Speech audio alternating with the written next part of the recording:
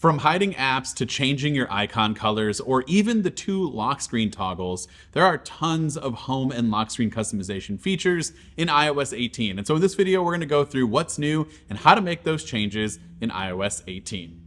Now, we all know how to rearrange icons in iOS, but now for the first time, you can actually arrange them freely within the grid with space between the icons. You can put a single app in the middle of the page. You can have a row of apps at the top and a row of apps at the bottom to kind of showcase your wallpaper a little bit more. You can create a column of apps. The possibilities are endless. Simply long press on your home screen and then move them to your desired positions and then tap done. Now, speaking of icons, the customization does not stop there. If you long press the home screen and tap on the plus icon in the top left corner, you now have a new customize option. From here, you'll be able to make quite a few changes to your icons, like select between light and dark mode.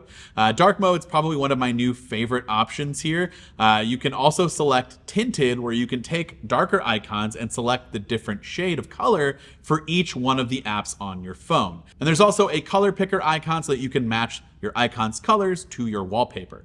The sun icon here is going to actually brighten or darken your wallpaper, and you can even select the large option to make your icons larger, and it removes the text, giving it a little bit of a cleaner look. Do you want to change the size of your widgets quickly and easily? You can do so by simply long pressing on the home screen and then grab the corner of your widget and you can drag it around to resize. Speaking of widgets, there are a few new widgets available, like one for the new health feature Vitals. There's a new journal widget that provides a prompt so that you can tap and answer whenever you need to, or a journal streaks widget that lets you keep track of how many days in a row you've been journaling. And lastly, for the new training load feature on your Apple Watch, you can see a corresponding widget on your phone in the fitness widget section. iOS 18 has finally added a new security feature that I feel like a lot of people have been asking for, and that's the ability to lock apps or even hide them entirely from your home screen and app pages. Lock app requires Face or Touch ID to open, and so in order to lock an app, simply long press on the icon and then tap on Require Face ID. If you want to hide it, choose Hide and require Face ID. If you decide to hide an app, you'll need to swipe over to the app library and find the hidden folder all the way down in the bottom right corner, and you'll need to authenticate in order to open the folder and the application.